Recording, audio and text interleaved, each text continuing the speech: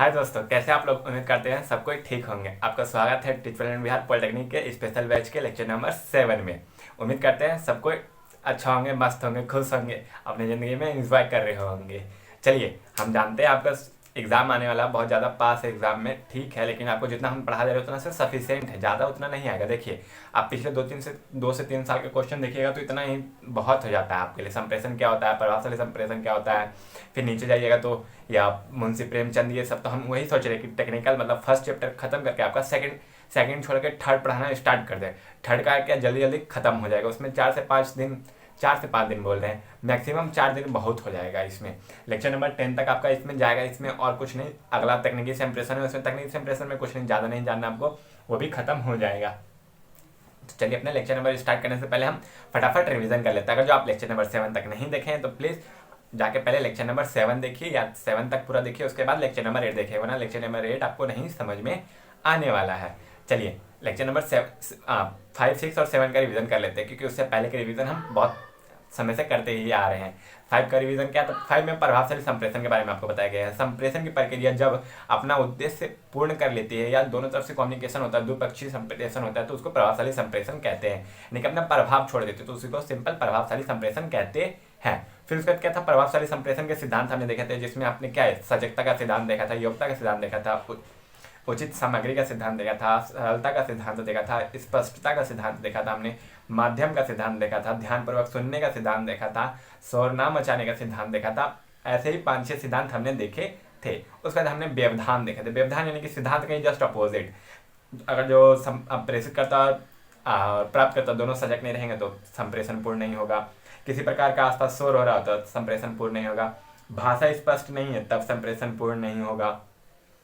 भाषा सरल नहीं है तब संप्रेषण पूर्ण नहीं होगा। दोनों का मेंटल लेवल मतलब एक बराबर नहीं है तब संप्रेषण पूर्ण नहीं होगा। दोनों में भौगोलिक दूरी है तब संप्रेषण पूर्ण नहीं होगा।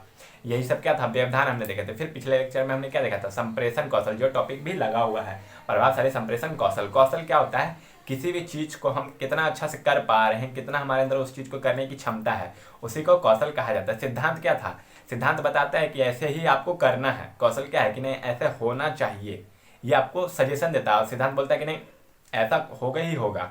ठीक, जैसे कि देखिए, प्रिंसिपल क्या है, न्यूटन का प्रथम थर्ड लॉ क्या कहता है कि क्रिया, हर क्रिया के प्रति विपरीत क्रिया होगा ही होगा। लेकिन उसके ही जगह पे हम क्या कर सकते हैं, ये क्या बताता है, सिद्धांत वही बताता है कि होगा ही होगा, लेकिन ये क्या कहता है कि ऐसा हो सकता है। टेंशन मत लो, ऐसा नहीं हो रहा है तो कोई दिक्कत नहीं है, लेकिन ये आना बहुत ज़्यादा जरूरी है। किसी भी कंपनी में हमको किसी संस्थान में अच्छा संप्रेषण मतलब आप रिलेशन अच्छा करना है तो हम लोगों का संप्रेषण अच्छा होना चाहिए। संप्रेषण कौशल के लिए हम लोगों को क्या क्या, लिखना, पढ़ना, बोलना, सोचना, समझना, ये सब आना चाहिए। एक संप्रेषण कौशल का अर्थ क्या होता है कि भाषा का उपयोग करके हम लोग सूचनाओं को कितना अच्छा से एकत्रित करते हैं, प्लस में कितना अच्छा से दूसरे को समझा पाते हैं या अभिव्यक्त कर पाते हैं। फिर हमने यहाँ पे 10 को लिखा था, मतलब आपके सिलेबस में तो 6 ही हैं, लेकिन हमने यहाँ पे 10 से 11 बताया था कि आपको जानना वो चीज़ जरूरी है। उन्हीं को आज हम इंडिविजुअल डिस्कस करेंगे कि कैसे कैसे क्या है। उससे पहले आप अगर जो नए व्यूअर है तो प्लीज़ हमारे चैनल को सब्सक्राइब करें, लाइक करें, अपने दोस्तों के ज़्यादा शेयर करें कि ये संप्रेषण पढ़ाया जा रहा है। ठीक, चलिए हम 10 के बारे में जानना स्टार्ट करते हैं। सबसे पहले हमारा क्या था, चिंतन। चिंतन यानी कि सोचने का समझ होना चाहिए आपको। सोचना यानी कि किसी भी, अच्छा मान के चलिए आप कुछ भी सोच, लिखने से पहले क्या है, सोचते हैं ना। नॉर्मल जो कम्युनिकेशन होता है उसमें लिखने से पहले आप लोग सोचते हैं कि हाँ, पापा को लिख रहे हैं तो प्रणाम पापा पहले लिखना है, फिर प्रिंसिपल को लिख रहे हैं तो आदरणीय प्रधानाचार्य जी लिखना है। यही सब सोचने का जो क्षमता है ना वो आप में होना चाहिए। यानी सोचने का कौशल हर किसी के पास होना चाहिए। किसी भी संप्रेषण को प्रभावशाली बनाना है तो उसको पास सबसे पहले तो प्रेषितकर्ता के पास सोचने की समझ होनी चाहिए, कि जितना अच्छा सोचेगा वो उतना अच्छा लिख पाएगा और उतना अच्छा ही वर्डों को एकत्रित कर पाएगा, यानी कम शब्द में ज़्यादा से ज़्यादा अच्छा कर पाएगा। संक्षिप्तता का सिद्धांत था ना वही। चलिए, पहला हम टॉपिक डालिए क्या, संप्रेषण कौशल के प्रकार में निम्न है। पहला टॉपिक क्या डालिएगा, चिंतन। पहला क्या डालना है आपको, चिंतन।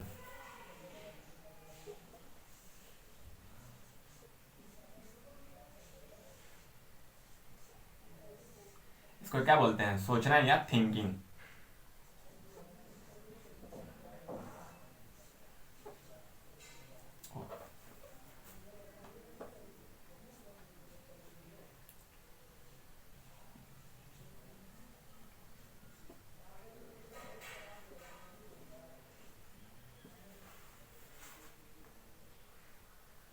थिंकिंग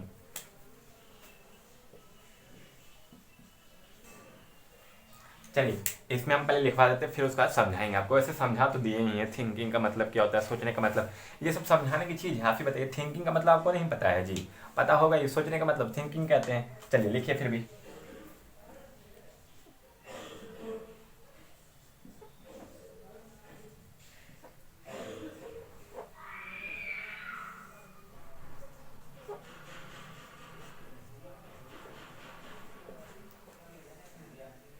प्रभावशाली संप्रेषण के लिए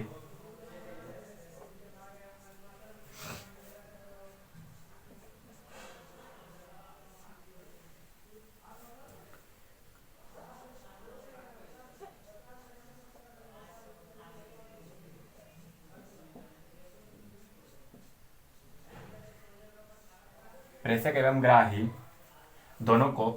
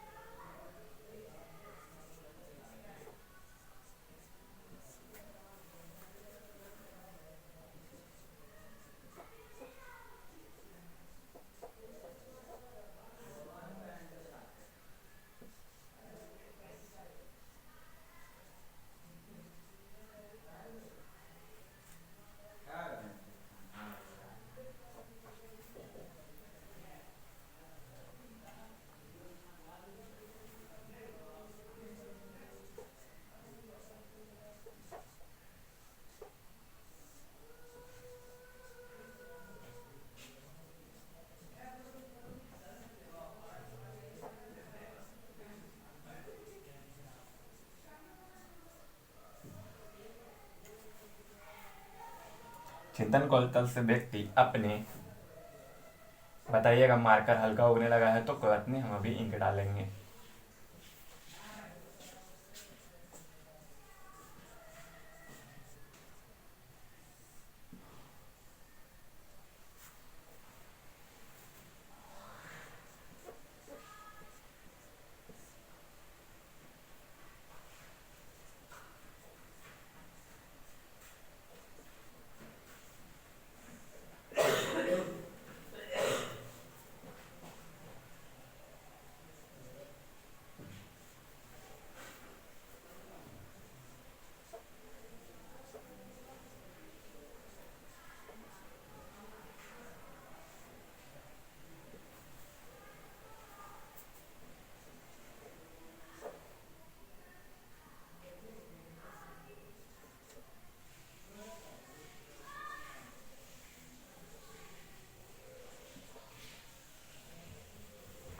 चुनने तथा संगठित यानी इकट्ठा।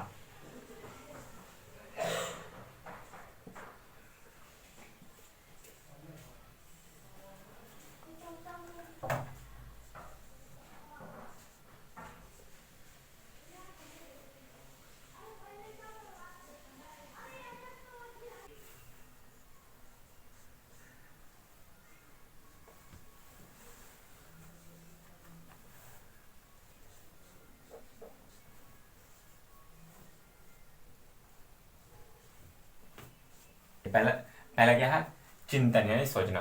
प्रभावशाली, जो हम आपको बताए थे कि किसी भी चीज़ को प्रभावशाली बनाने के लिए हमको पहले उसके बारे में सोचना पड़ता है, सोच सोच के कुछ अच्छे वर्ड को छांटना पड़ता है या किसी भी चीज़ को। तो यहाँ क्या कह रहा है? प्रभावशाली संप्रेषण के लिए प्रेषक एवं ग्राही दोनों को चिंतन कौशल आना आवश्यक होता है। यानी कि जो हम संदेश भेजा उसको भी आना चाहिए और जो संदेश प्राप्त कर रहा है उसको भी आना चाहिए। डेट मीन्स मान के चलिए आप संदेश अपनी तरफ से तो अच्छा अच्छा सोच समझ के भेजे, लेकिन कुछ वर्डों का वो मतलब ही नहीं समझ पा रहा, उसका वो कितना भी सोच रहा है तो उसका मतलब नहीं निकल पा रहा है, तो क्या कर पाएगा वो? वहां से उसके संदेश ले पाएगा? आप ही बताइए नहीं ना। तो इसलिए ग्राही को भी आना चाहिए और प्रेषितकर्ता को भी आना चाहिए। चिंतन कौशल से व्यक्ति अपने विचारों, जो वो सोच रहा है, भावों, उसके साथ क्या हो रहा है क्या नहीं हो रहा है, निर्णय हो यानी कि उसने जो डिसीजन लिया है, फिर अभी मत यानी कि किसी के प्रति वो पक्षपात कर रहा है या अपना पक्ष कौन सा रख रहा है, वो को चुनने तथा संगठित करने में योग्य बनता है। इन सब चीज़ों के कारण वो उस चीज़ को करने के लिए अपने आप पे डिपेंड होता है, किसी और पे डिपेंड नहीं हो पाता। अपने आप अपने मन के विचारों को चिंतन करने से अपने मन के विचारों को सब कुछ को वो आगे रख पाता है, जिससे वो क्या होता है और ज़्यादा प्रभावी रूप से आगे रख पाता है। जैसे कि हम इतना तो लिखवाएं, लेकिन इसके अलावा भी आपको बहुत कुछ समझाते हैं ना, मेरे मन में क्या है नहीं है, सब कुछ आपको बताते हैं, तो हम अपने भाव और विचारों को आपके सामने और ज़्यादा अच्छे से रख पा रहे कि नहीं रख पा रहे ना जी। तो उसी प्रकार यहाँ पर चिंतन कौशल इसलिए जरूरी होता है कि किसी भी प्रकार के मन में आने वाले विचारों, भावों, निर्णयों को हम दूसरे के प्रति व्यक्त कर सके, और किस लिए, और अच्छा तरीके से व्यक्त कर सके। इसलिए संप्रेषण को प्रभावशाली बनाना है तो चिंतन कौशल आना जरूरी होता है। आप इसको उतारिए, हम नेक्स्ट लिखाते हैं अपना। चलिए दोस्तों, अपना दूसरा देख लेते हैं। दूसरा क्या है? शब्द चयन। दूसरा क्या है?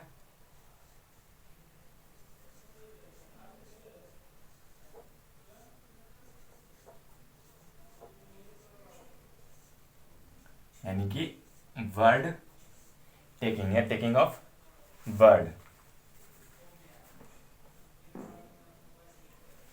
शब्द चयन, देखिए शब्द चयन में पहले लिखवा लेते, उसके बाद आपको बताएंगे।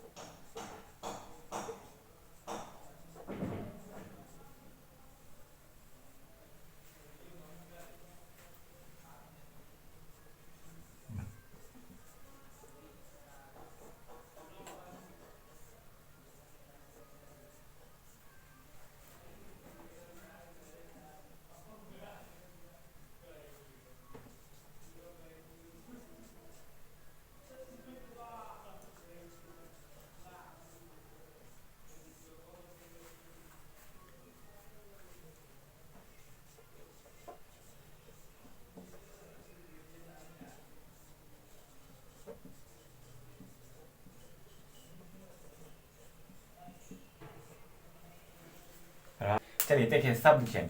अब मान के चले कि आप वर्ड चिंतन करना आप सीख गए, ठीक, लेकिन आप चिंतन करके कुछ लाइन ढूंढे, उसमें ऐसे ऐसे वर्ड आ रहे हैं जो बहुत ज़्यादा डिफिकल्ट हैं, आपको उस शब्द का चयन ही नहीं करना आ रहा है, जो आप बताना चाहते हो उन शब्द का आपको चयन करना नहीं आ रहा है, तो इसलिए शब्द चयन कौशल करना भी आवश्यक है।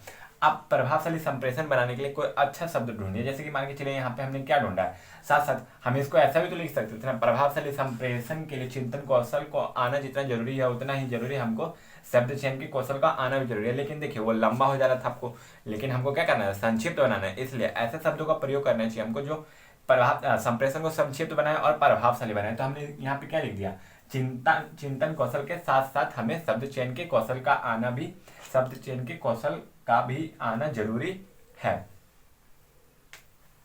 क्योंकि अगर हम चिंतन करके उचित शब्द का चयन नहीं करते हैं तब भी हम संप्रेषण को पूर्ण रूप से प्रभावशाली नहीं बना सकते हैं। जैसे कि अभी हमने बताया कि चिंतन करके हम इसको छोटा कर दिए, तो ये क्या हो गया, इसको प्रभावशाली बनाने का एक तरीका हो गया। तो लिखने का तरीका ही शब्द चयन, मतलब शब्द किस किस प्रकार के हम चयन करेंगे। जैसे कि मुझे कहना है कि मुझे कहना है क्या, कि मैंने आम खाया, लेकिन मैंने क्या कह दिया, मेरे द्वारा आम खाया गया, तो यहाँ पे क्या हो गया, शब्द चयन करने का तरीका मेरे पास क्या है, गलत है।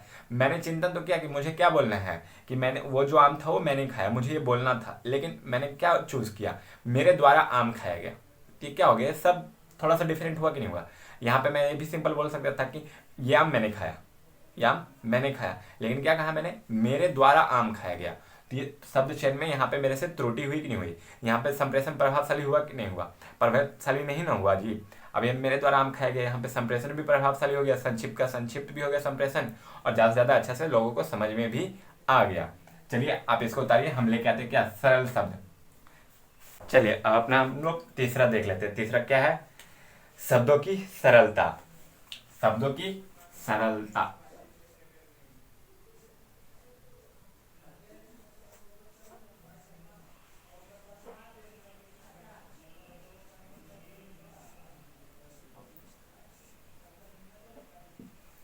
मतलब सिंप्लिसिटी वर्ड, सिंप्लिसिटी या सिंप्लिसिटी ऑफ वर्ड।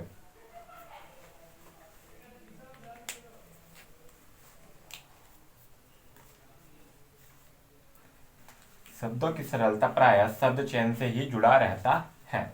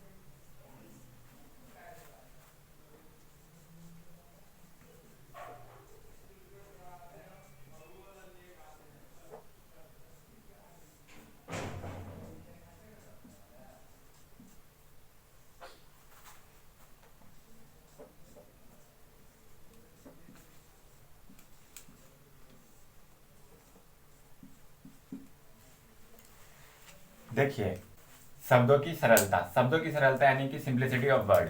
शब्दों की सरलता से प्राय क्या है, शब्द चयन से जुड़ा रहता है। शब्द चयन मतलब हम वहाँ पे कौन से शब्दों का चयन कर रहे हैं, किस किस प्रकार के शब्दों का चयन कर रहे हैं। शब्द अगर जो सरल हम चूज करेंगे तो संप्रेषण ज्यादा प्रभावशाली बनेगा। सरल के साथ साथ क्या होना चाहिए, उस शब्द उस पूरे वाक्य में उचित शब्द भी यूज होना चाहिए। इसलिए वहां पे ज़्यादा अच्छा रहेगा। ठीक, तो वो था क्या, जो हम शब्द चयन लिख रहे थे वो उचित शब्द चुनने का तरीका था। यहाँ शब्द सरल लिख रहे हैं, यानी कि शब्दों की सरलता लिख रहे हैं, यानी कि शब्द तो उचित हम चुन लिए, ठीक, लेकिन एक ही शब्द जैसे हिंदी में इस्तेमाल, प्रयोग और इस्तेमाल करना, प्रयोग करना और उपयोग करना, तीनों अलग अलग चीज़ है। तो इस्तेमाल देखिए थोड़ा सा भारी पड़ जाता है। उपयोग और प्रयोग, उपयोग का ज़्यादातर बच्चे मतलब नहीं समझ जाते, प्रयोग का मतलब समझ जाते हैं कि हाँ उसको यूज़ करना है, सीधे आजकल ये जाना जाता है यूज़ करना। तो वही इस्तेमाल की जगह पे हम उपयोग या प्रयोग का भी यूज़ कर सकते थे, प्रयोग वाले शब्दों का यूज़ भी कर सकते थे। तो शब्द का तो हम चयन कर लिए कि हमको क्या करना है, यूज़ लिखना है इंग्लिश में। यूज़ की जगह पे हम हिंदी में किन किन चीज़ों को लिखेंगे, प्रयोग को लिखेंगे या उपयोग को लिखेंगे या इस्तेमाल को लिखेंगे। तीनों में से हम किस चीज़ को लिखेंगे कि वो जो हम शब्द चूज़ किए हैं, जो हम वाक्य चूज़ किए हैं वो सरल हो जाए। तो वहीं पे हम शब्दों की सरलता का उपयोग करते हैं। शब्दों की सरलता का कौशल का संबंध जो होता है वो प्रायः शब्द चयन के कौशल से होता है। सरल और आसान शब्द किसी भी प्रकार के संप्रेषण को आप प्रभावशाली बना सकते हैं। किसी भी प्रकार का संप्रेषण हो, आप चाहे घर में बात कर रहे हो चाहे कॉलेज में बात कर रहे हो, वहाँ पे सरल और आसान शब्दों का प्रयोग करेंगे तो संप्रेषण ज़्यादा प्रभावशाली होगा। जैसे कि हम लोग क्या है, टीचर से पूछना ही चाहते हैं, वहाँ पे हम ये पूछने लगे कि sir what is the knowledge, ऐसे करके हम लोग बहुत ज़्यादा इंग्लिश में पूछने लगे और नॉलेज क्या होता है, इतना मतलब भारी भारी शब्द का उपयोग करने लगे। तो वहाँ पे उचित शब्द का हम उपयोग नहीं कर पा रहे, वहाँ पे सरल शब्द नहीं है। तो अब क्वेश्चन तो मान के चलिए टीचर है तो समझ गए, लेकिन अगल बगल के स्टूडेंट तो नहीं समझ पाए जी। अब टीचर ये कि अपने लेवल पे आपको जवाब देगा तो आपको समझ में आएगा नहीं ना, वो थोड़ा सा नीचे गिरे, वो सरल होकर आपको बताए तो आपको ज़्यादा से ज़्यादा अच्छा समझ में आएगा। वहाँ पे सरल शब्दों का प्रयोग करें तो आपको ज़्यादा से ज़्यादा अच्छा से समझ में आएगा। ठीक,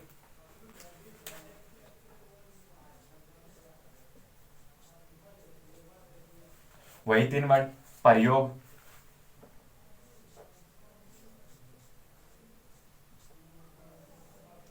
इसकी जगह पे हम उपयोग भी लिख सकते हैं, इसकी जगह पे हम इस्तेमाल भी लिख सकते हैं।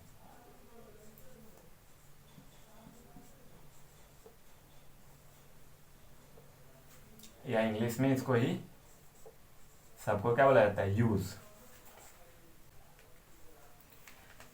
देखिए यहीं पे तीनों शब्दों का आप बता रहे थे उदाहरण, वही तीन शब्द आपको लिख दिए हैं। अगला डालिए यहाँ पे 4th नंबर, ध्वनि।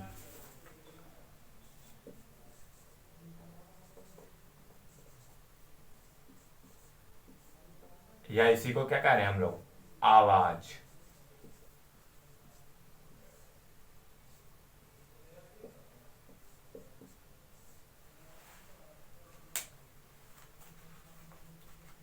स्पष्ट आवाज ही प्रेषक को श्रोता के बीच प्रभावी रूप से प्रस्तुत करने में मत सहायक होता है।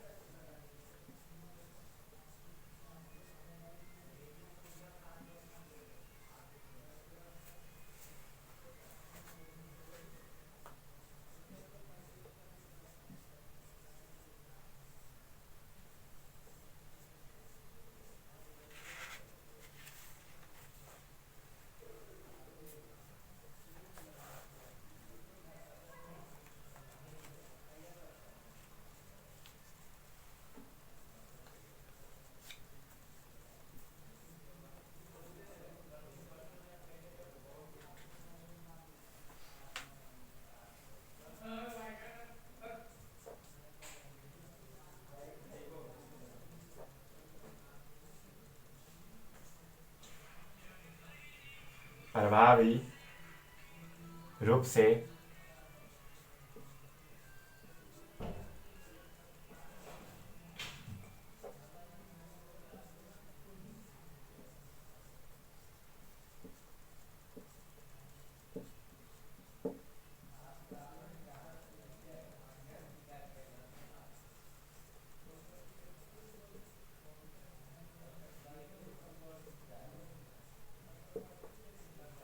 मदद करता है।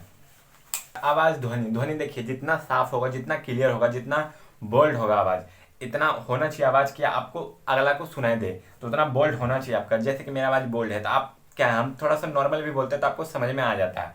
तो वही आवाज जितना स्पष्ट होना चाहिए, मतलब जो हम आपको बोल रहे हो क्लियर सुनाई दे रहा है ना, तो इसलिए आवाज स्पष्ट जितना ज्यादा होगा प्रेषक का श्रोता के बीच प्रभावी रूप से प्रस्तुत करने में अपने आप को मदद करता है। आवाज स्पष्ट आवाज ही प्रेषक को श्रोता के बीच प्रभावी रूप से प्रस्तुत करने में मदद करता है। आवाज जितना स्पष्ट होगा, जितना क्लियर होगा, जितना एकदम जेंटलमैन आवाज होगा, उतना ही ज्यादा से ज्यादा क्या है, प्रेषक श्रोतागण क्या है, प्रेषक की बात सुनने में दिलचस्पी रखेंगे। जैसे कि मोदी जी क्या है, मेरे भाइयों एवं बहनों बोलते हैं, तो आप कभी भी उनका शुरुआत का लाइन सुनिएगा, मेरे बहनों एवं भाइयों, उनका वो जो शुरुआत का लाइन है ना, वो पूरा क्लियर रहता है। उनका भाषण देखिएगा ना तो बहुत ज्यादा अच्छा से क्लियर लैंग्वेज में रहता है। उनका आवाज देखिए थोड़ा सा बोल्ड भी है, वो बोलते हैं तो ज्यादा अच्छा तेजी से बोलते नहीं है, उतना नॉर्मल समझा के बोलते हैं, तो इसलिए वो ज्यादा फेमस भी हो पाए हैं। ठीक, तो वही है, यही है। पहले तो शब्दों का सरल हमको चुनना है, फिर दोबारा हमको क्या है, शब्दों का सरल चुनने के बाद हमको जो आवाज है पढ़ रहे हैं, जो चीज हम उसको नॉर्मल एक आवाज में पढ़ना है, या समझा रहे हैं तो एक नॉर्मल आवाज में सुनना, मतलब समझाना है कि आप प्रेषित करता है, आपके पास उतना आवाज होना चाहिए, या उतना आपके आवाज में दम होना चाहिए कि आप सामने वाले को समझा सके, बता सकें। ठीक, तो आप इन दोनों को उतारिए, हम नेक्स्ट लेके आते हैं।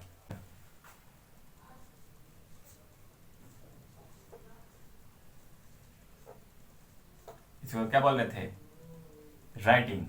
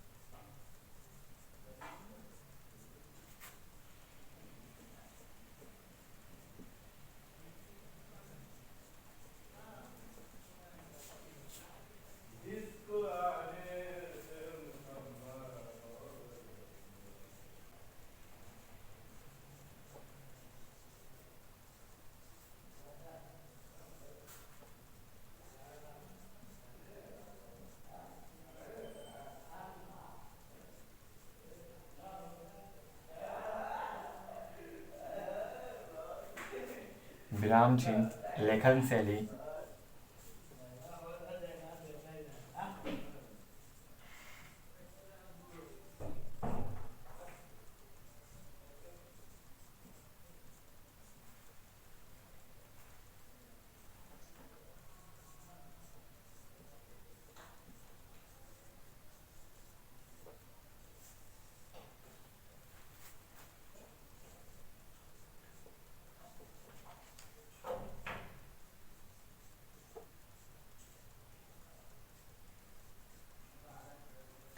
आदि का विज्ञान होना चाहिए।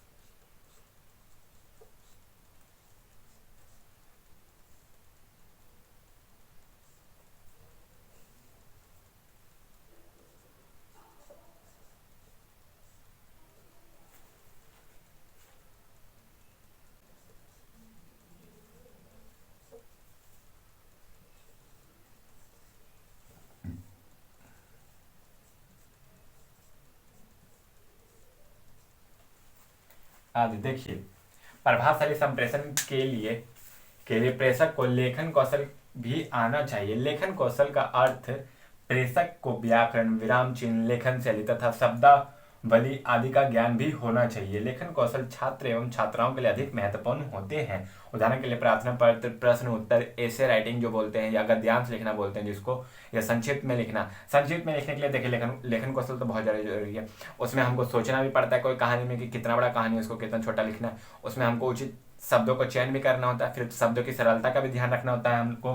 फिर उसमें लेखन भी हमको ध्यान रखना होता है कि व्याकरण कौन सा कहाँ पे, जैसे है तो है के बाद कोमा पड़ेगा कि नहीं पड़ेगा, उसके बाद फिर कहाँ पे फुल स्टॉप पड़ेगा, कहाँ पे नहीं पड़ेगा, ये सब विराम चिन्ह पड़ेंगे। इन सब चीज़ों का हमको ध्यान रखना पड़ता है संप्रेषण में, एक संप्रेषण में भी और संक्षिप्त लिखने में भी। संक्षिप्त लिखना ही संप्रेषण का एक प्रकार भी है, सिद्धांत भी है। फिर यहाँ पे देखिए, आपको सिद्धांत में हमने आपको एक चीज बताया था, वही शब्द को यहाँ पे दोबारा लिखिए। कौन सा?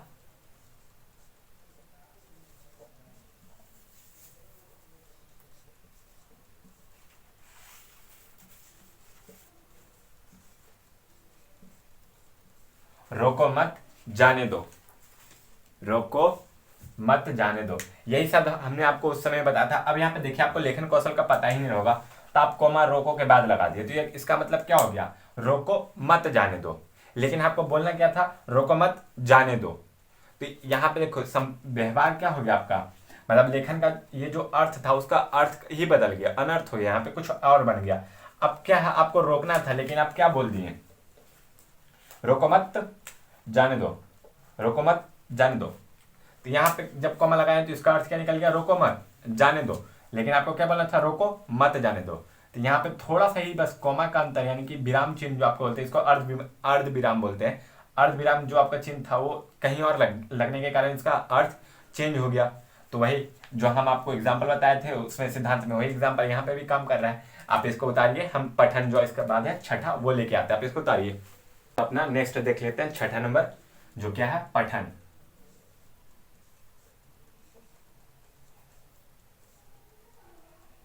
यानी कि रीडिंग। चलिए इसमें पहले जान लिख लेते, उसका समझेंगे।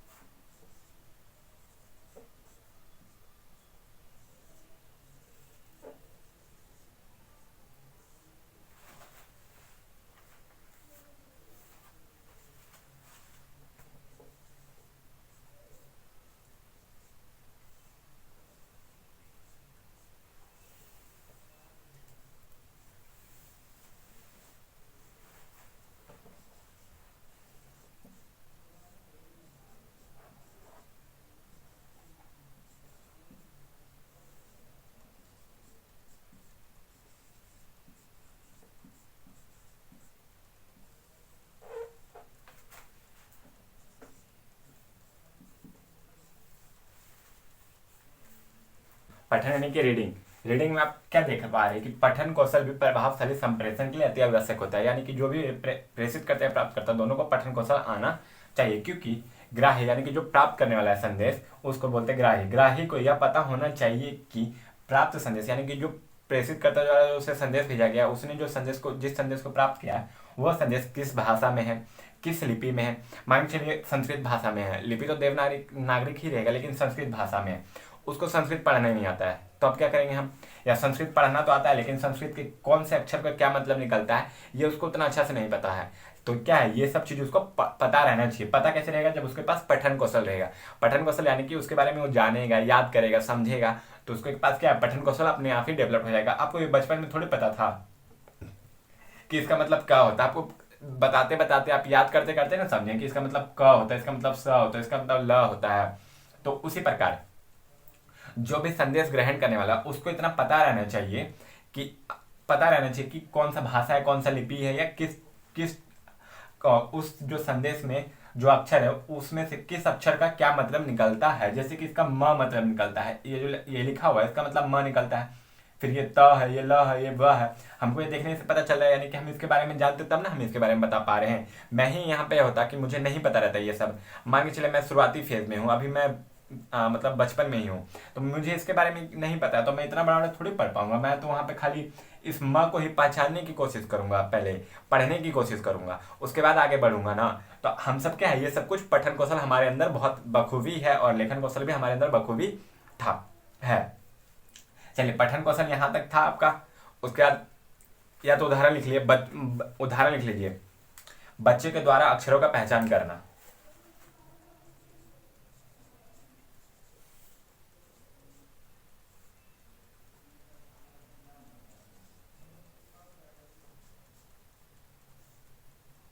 बच्चों के द्वारा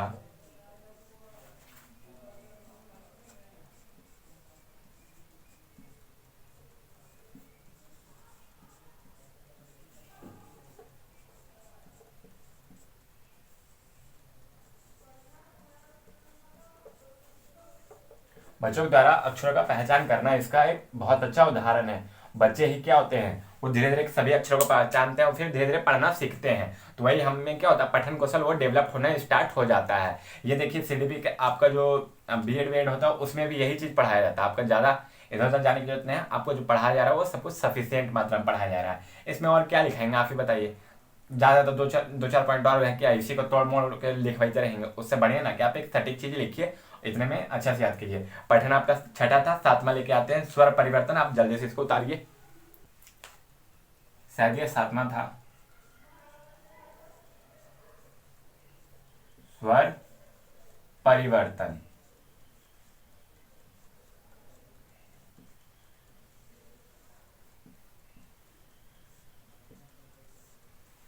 स्वर परिवर्तन लिखिए, उसके बाद इसको समझाते हैं। इसको ये ज्यादा बड़ा नहीं है आपका, छोटा सा ही है, जल्दी लिखिए।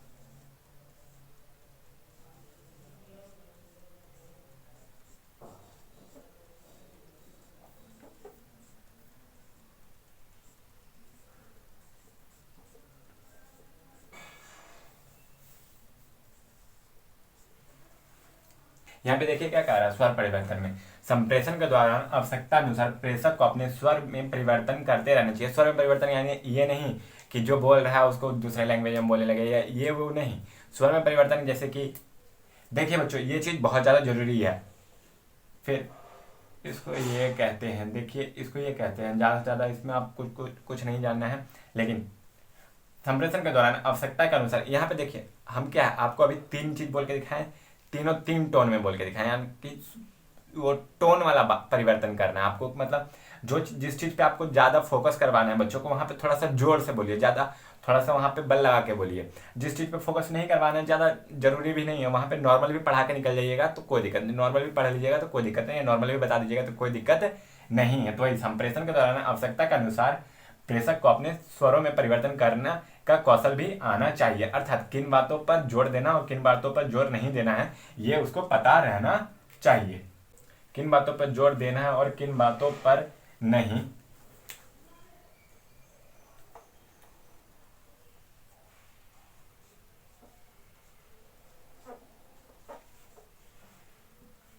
नहीं,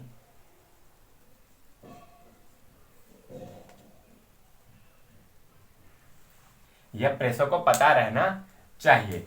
ठीक, स्वर सामंजस्य।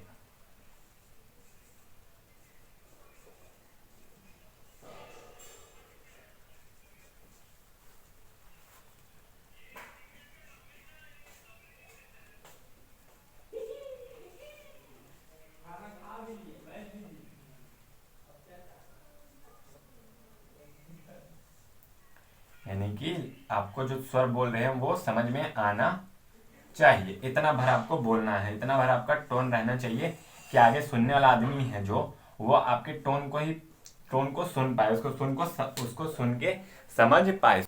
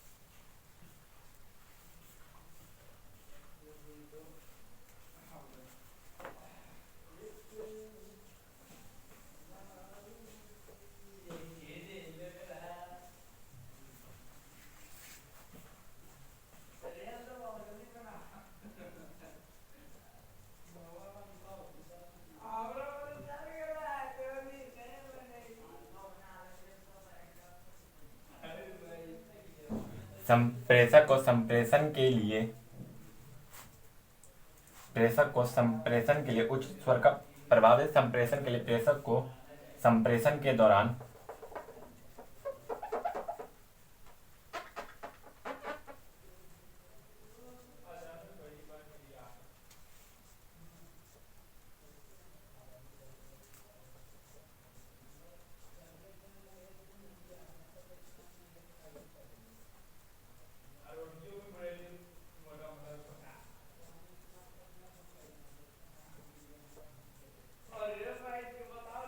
उचित स्वर का प्रयोग करना चाहिए।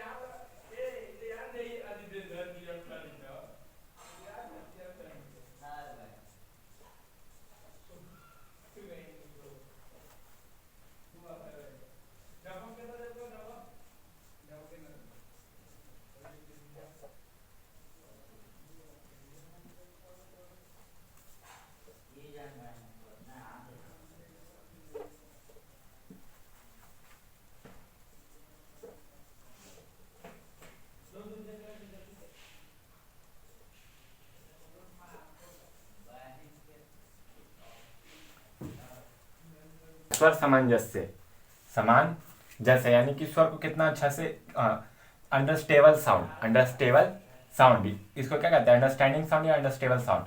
प्रभावित संप्रेषण के लिए के लिए प्रेषक को संप्रेषण के दौरान उचित स्वर यानी कि दैट मीन्स जो हम आपको नॉर्मल वॉइस, ये मेरा क्या है नॉर्मल वॉइस, इतना में आप सबको समझ में आ जाता है, इतना में आप सबको सुनाई दे देता है। इतना मेरा अगर जो कोई टीचर ना होता है जैसे बोलते रहते हैं प्रभावशाली संप्रेषण के लिए संप्रेषण के दौरान उचित स्वर का, इतना भी नहीं बोलना और एकदम ऐसे भी नहीं, प्रभावशाली संप्रेषण के लिए ऐसे भी नहीं बोलना है। यानी कि आपको एक नॉर्मल टोन में, जो भी प्रेषक होगा उसको एक नॉर्मल टोन में बोलना चाहिए जितना में आपको समझ में आ जाए। हाँ, जहाँ पे आपको जोर देना है वही ऊपर वाला ही, जहाँ पे आपको जोर देना है वहाँ पे जैसे कि देखिए उचित स्वर, इसका मेन टॉपिक क्या है बाबू, उचित स्वर।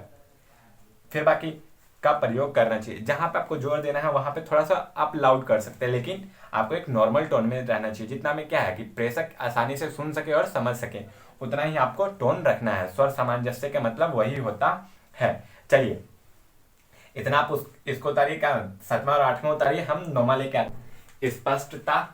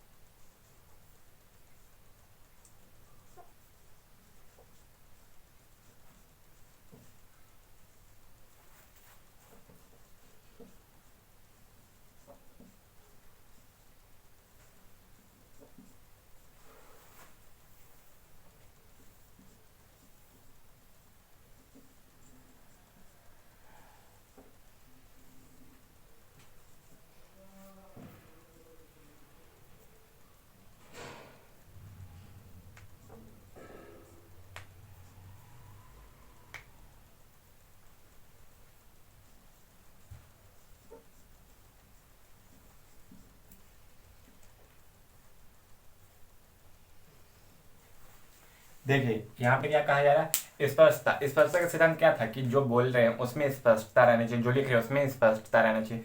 वही सेम चीज है प्रभावशाली संप्रेषण के लिए शब्दों में जो कि प्रेषक द्वारा प्रेषित या भेजा जाता है उसमें स्पष्टता होना चाहिए, यानी कि साफ सुथरा होना चाहिए या क्लियर बोला गया होना चाहिए, चाहे वो संप्रेषण लिखित हो या मौखिक हो। चाहे हम लिख रहे हैं तो वो भी स्पष्ट लिखा होना चाहिए, बोल रहे हैं तो वो भी स्पष्ट बोला हुआ होना चाहिए, तभी संप्रेषण क्या होगा, प्रभावशाली होगा। चलिए इसके नीचे लिख लेते हैं श्रवण को, जो हमारा 10वां है श्रवण।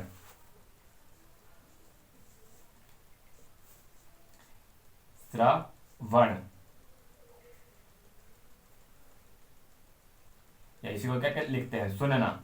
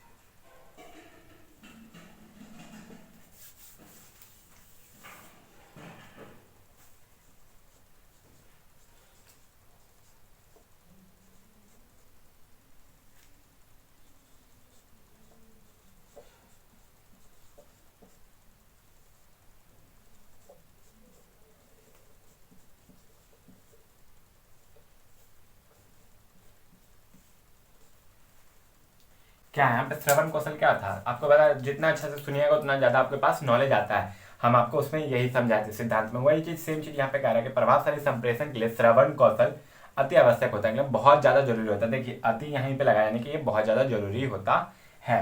ध्यानपूर्वक सुनने सुनना, ध्यानपूर्वक सुनना किसी भी सूचना को प्राप्त करने में महत्वपूर्ण भूमिका निभाती है। ध्यानपूर्वक सुनना किसी भी सूचना को प्राप्त करने में महत्वपूर्ण भूमिका निभाते हैं, यानी कि कोई भी आपको सूचना दिया जाए, जैसे कि मान के चलिए आप टीवी देख रहे हैं, तो टीवी में क्या आता है, न्यूज़ आता है, तो आपको उसको ध्यानपूर्वक सुनते हैं ना कि वो क्या बोल रहा है क्या नहीं बोल रहा है, या ध्यानपूर्वक पढ़ते हैं। तो वही ध्यानपूर्वक सुनना ही बहुत ज़्यादा इंपॉर्टेंट कौशल होता है, जिससे आपको आधा से ज़्यादा चीज़ ऐसे ही समझ में आ जाती है। तो वही ध्यानपूर्वक सुनना ही किसी भी सूचना को प्राप्त करने में एक महत्वपूर्ण भूमिका निभाती है। आप स्पष्टता और श्रवण को उतारिए। हम 11वां क्या गैर शाब्दिक या नॉन वर्बल देख के खत्म करते हैं वीडियो को जल्दी से।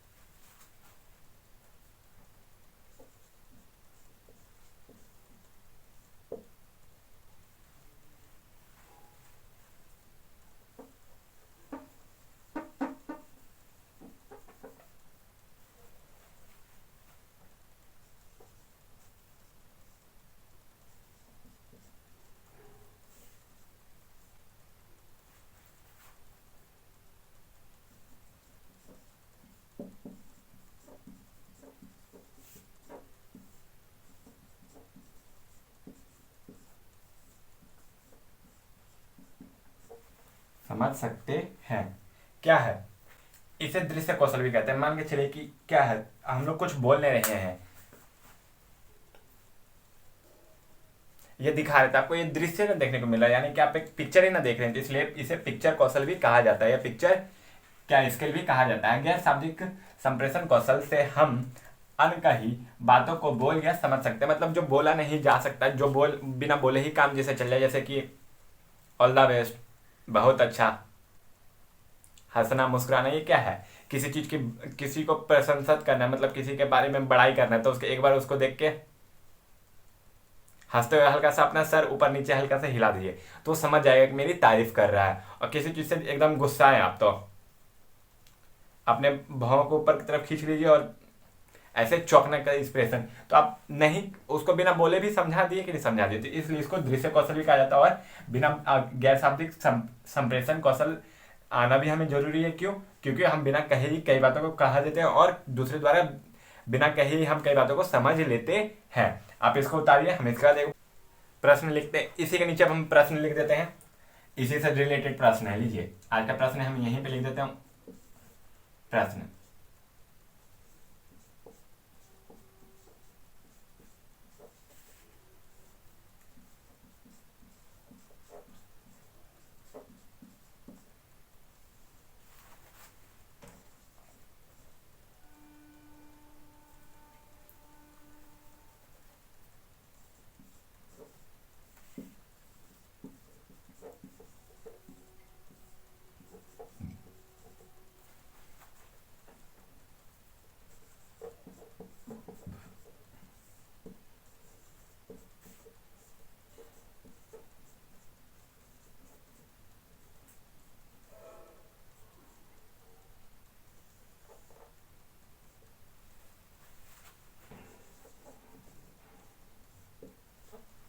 शाब्दिक संप्रेषण एवं उसके प्रकारों को परिभाषित करें। जो कि हम आपको शाब्दिक संप्रेषण और उसके प्रकार लिखित और मौखिक जो बताए थे उनको परिभाषित करना है आपको। चलिए दोस्तों, हम अपना लेक्चर नंबर 8 यहीं पे समाप्त करते हैं। हम अगले लेक्चर यानी कि लेक्चर नंबर 9 में आपको लेके आएंगे क्या, इसका तकनीकी संप्रेषण जो चैप्टर 1 का सबसे लास्ट टॉपिक है। वो ज़्यादा बड़ा नहीं जाएगा, उम्मीद करते हैं।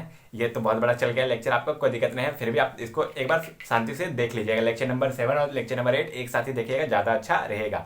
अपने दोस्तों को ज़्यादा ज़्यादा शेयर कीजिए, ताकि बताइए कि संप्रेषण पढ़ाया जा रहा है, अच्छा से पढ़ाया जा रहा है, डिटेल में पढ़ाया जा रहा है। अब इसका देखिए, तकनीकी संप्रेषण खत्म होगा तो चैप्टर 1 का आपको पूरा ऑब्जेक्टिव एक साथ हम आपको दे देंगे। जहाँ 30 से 40 ऑब्जेक्टिव रहेगा, 30 ऑब्जेक्टिव मैक्सिमम या 30 से 35 जाएगा, उससे ज़्यादा नहीं जाएगा। अपने दोस्तों को शेयर करें, ज़्यादा से ज़्यादा बताइए कि ये चीज़ हो रहा है, ये चीज़ नहीं, क्या है क्या नहीं है, सब कुछ आपसे ज़्यादा अच्छा, मुझे ज़्यादा अच्छा तो आप ही शेयर करेंगे इसको। Thank you. कीवर्ड टीचर इन बिहार। जय हिंद, जय भारत, जय श्री राम।